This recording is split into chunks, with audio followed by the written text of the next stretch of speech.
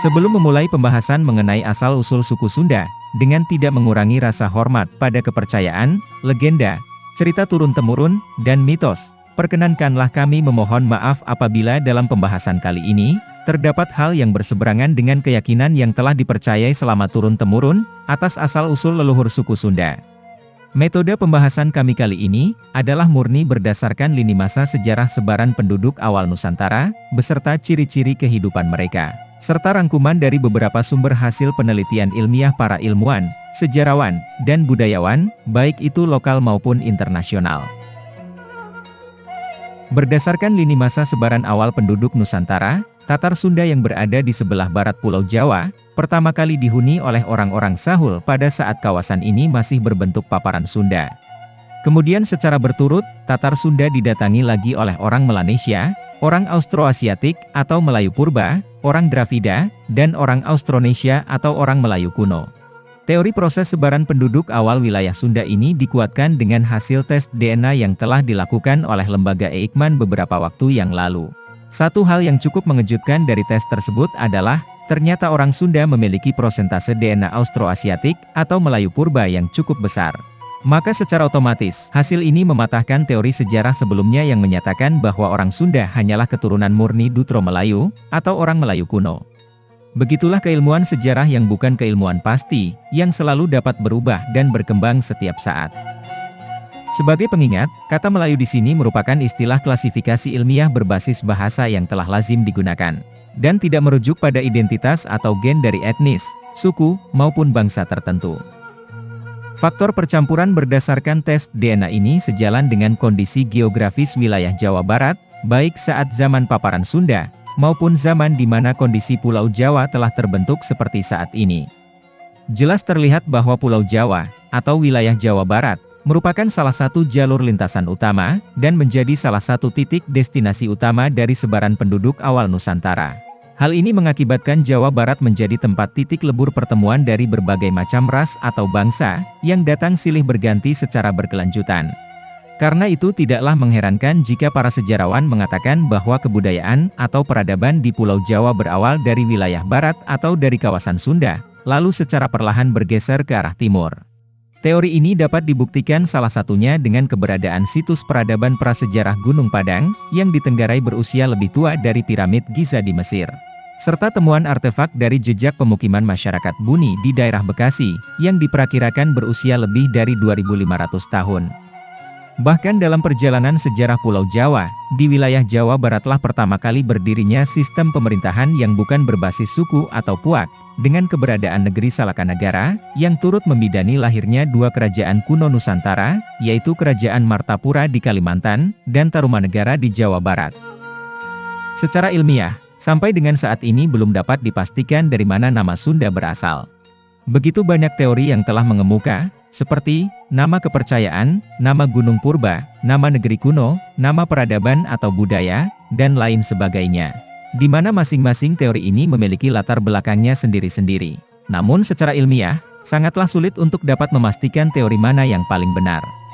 Di sisi lain secara fakta, istilah atau kategorisasi kesukuan pertama kali digunakan oleh kolonial Belanda, sebagai bagian dari strategi pecah belah mereka. Belanda memecah Pulau Jawa menjadi dua bagian utama, yaitu, di sebelah barat Pulau Jawa disebut suku Sunda, dan di bagian barat disebut sebagai suku Jawa. Hal ini sejalan dengan catatan seorang pelaut Portugis bernama Tomé Pires yang mendatangi Pulau Jawa pada sekitar tahun 1513. Menurut Tomé Pires, penduduk yang mendiami kawasan sebelah barat Sungai Cimanuk, hingga kawasan Banten disebut sebagai orang Sunda, dan yang tinggal di sebelah timur Sungai Cimanuk, disebut sebagai orang Jawa. Tapi dalam kenyataannya saat ini, keberadaan orang Sunda serta keturunan orang Sunda telah menyebar ke berbagai daerah, dan bercampur baur dengan suku-suku, serta etnis lainnya. Selain itu secara spesifik, orang Sunda sendiri justru lebih cenderung merujuk pada tempat asal mereka sebagai identitas, seperti, orang Cirebon, orang Bandung, orang Tasik, orang Cianjur, dan lain sebagainya. Mungkin ini disebabkan oleh faktor ciri khas gaya hidup, dialek, dan tradisi yang berbeda-beda, meski semuanya berakar pada kebudayaan yang sama. Oleh karena itu, dalam pembahasan kali ini, kami lebih condong menggunakan kata rumpun suku Sunda, atau orang Sunda, sebagai penyebutan identitas dari salah satu suku terbesar di Indonesia ini. Lalu pertanyaannya adalah, secara ilmiah, dari manakah asal-usul leluhur orang Sunda ini berasal? Jika kita merujuk pada lini masa sejarah dan hasil tes DNA orang Sunda, maka dapat dikatakan leluhur orang Sunda didominasi oleh orang Melayu purba dan orang Melayu kuno, serta sedikit pengaruh dari Australomelanelosid, Dravida, dan ras lainnya. Itulah mengapa secara umum tampilan orang Sunda lebih mengarah pada ciri dari orang Melayu purba dan orang Melayu kuno, yaitu antara lain, berkulit putih atau kuning, berambut hitam lurus, berhidung kecil atau sedang.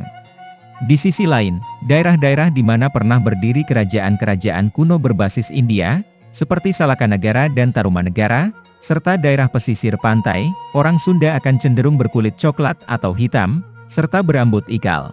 Dikarenakan probabilitas percampuran antar ras di daerah-daerah pesisir tersebut jauh lebih tinggi dibandingkan dengan daerah pedalaman, atau di daerah pegunungan.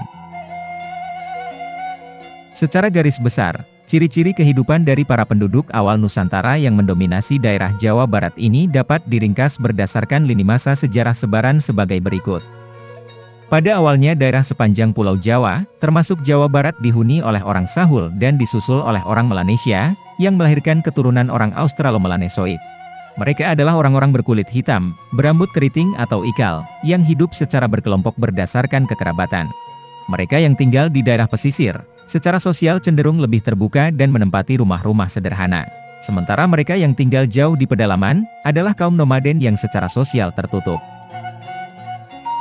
Penduduk awal selanjutnya adalah orang Melayu purba yang datang minimal 3000 tahun sebelum Masehi. Secara mayoritas, mereka adalah kaum nomaden yang menempati gua-gua alam, atau tinggal di tempat hunian sementara karena sifatnya yang mengikuti jalur sumber makanan.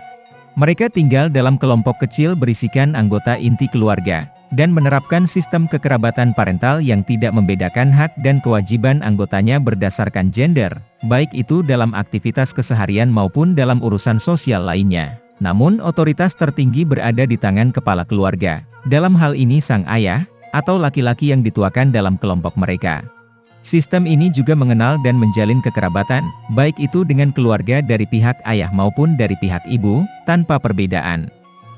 Maka dari itu, kawasan hunian antar kerabat biasanya terletak tidaklah berjauhan antara satu dengan yang lainnya. Sebaran berikutnya adalah kaum Dravida yang datang sekitar 1500 tahun sebelum Masehi. Seperti yang terjadi di beberapa tempat lain di Nusantara, orang Dravida inilah yang membawa kepercayaan masyarakat lembah Indus mengenai dewa dan dewi pra-Hindu. Secara sosial, orang Dravida sangat terbuka dan dapat menerima orang lain untuk tinggal bersama dalam sebuah kawasan hunian secara bersama-sama. Hal ini sejalan dengan gaya kehidupan mereka yang sebelumnya telah berkembang di Harappa dan Mohenjo-daro, sebelum diserang oleh bangsa Arya. Keberadaan orang Dravida sebagai salah satu penduduk awal Nusantara ini pula lah yang kelak akan memuluskan kedatangan serta asimilasi bangsa India, yang berakhir dengan berdirinya kerajaan-kerajaan awal berbasis India di beberapa kawasan Nusantara, termasuk di Jawa Barat. Selanjutnya adalah orang Melayu kuno yang diperkirakan datang minimal 500 tahun sebelum Masehi. Orang Melayu kuno tinggal secara berkelompok beranggotakan satu kekerabatan, baik itu dari pihak ayah maupun ibu, dalam sebuah hunian tetap serta terletak tidak jauh dari sumber air, atau di pinggiran sungai, atau di atas rawa. Itulah mengapa rumah mereka biasanya berbentuk panggung dan berukuran besar. Secara sosial, mayoritas Melayu kuno adalah orang terbuka yang mampu beradaptasi secara cepat, serta mampu bersosialisasi dengan orang-orang di luar kekerabatan mereka. Oleh karena itu, bahasa dan kebudayaan Melayu kuno dapat dengan cepat menyebar serta diadopsi oleh para penduduk awal Nusantara lainnya, baik itu melalui interaksi langsung, maupun melalui perkawinan silang di antara mereka. Di Tatar Sunda, kombinasi ras, bahasa, kebudayaan, serta ilmu pengetahuan di antara para penduduk awal Nusantara inilah yang pada akhirnya melahirkan keturunan-keturunan dengan ciri-ciri fisik baru, yang secara otomatis memiliki gaya hidup dan kebudayaan baru, hasil dari adopsi silang kebudayaan yang telah disesuaikan dengan kondisi lingkungan sekitar mereka.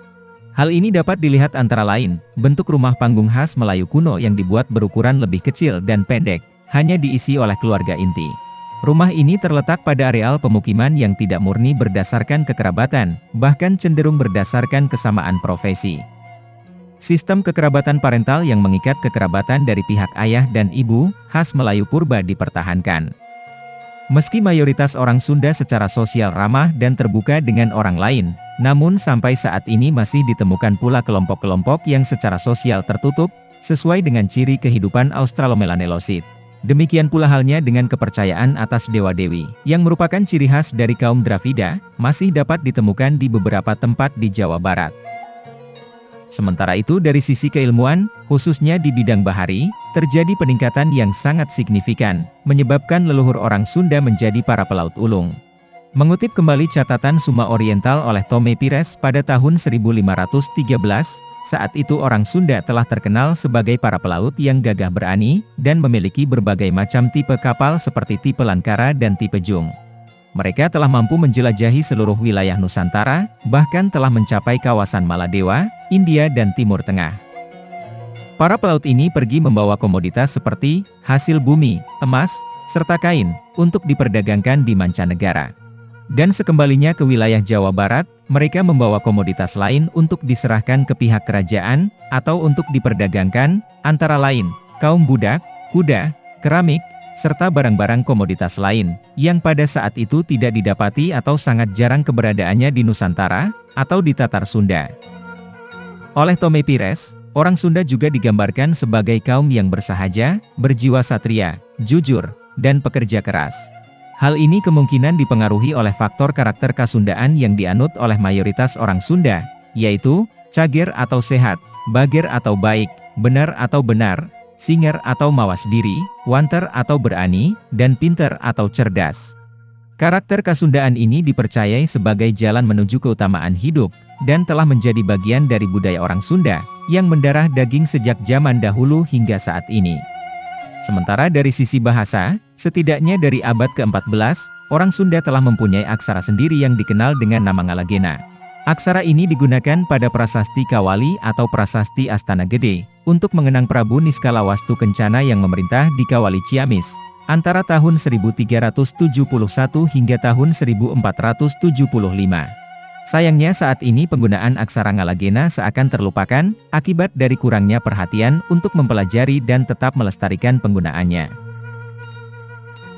Keberadaan orang Sunda, baik itu secara genetika maupun kebudayaan, kemudian dipengaruhi pula oleh berbagai macam etnis yang mulai memasuki wilayah Nusantara pada masa sejarah, seperti etnis Arab, etnis Cina, bangsa Eropa, dan lain sebagainya.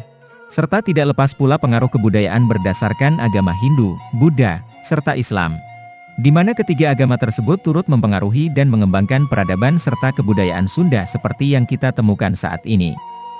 Namun demikian, tidak sedikit pula yang masih menganut dan mempraktekkan agama Sunda Wiwitan, yang merupakan agama kepercayaan asli masyarakat Sunda, yang tetap lestari hingga saat ini.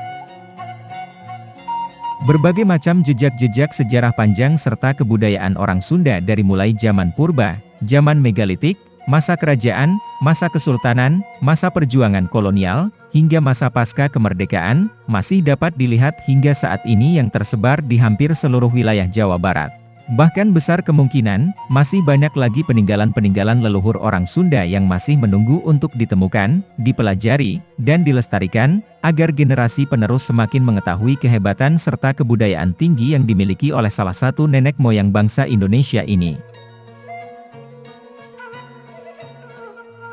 Demikianlah pembahasan singkat mengenai asal-usul rumpun suku Sunda yang dapat kami sampaikan. Sebuah rumpun besar yang syarat historis dan berkebudayaan tinggi, yang menjadikan bangsa Indonesia beragam, namun tetap satu. Karena sejatinya, kita semua bersaudara.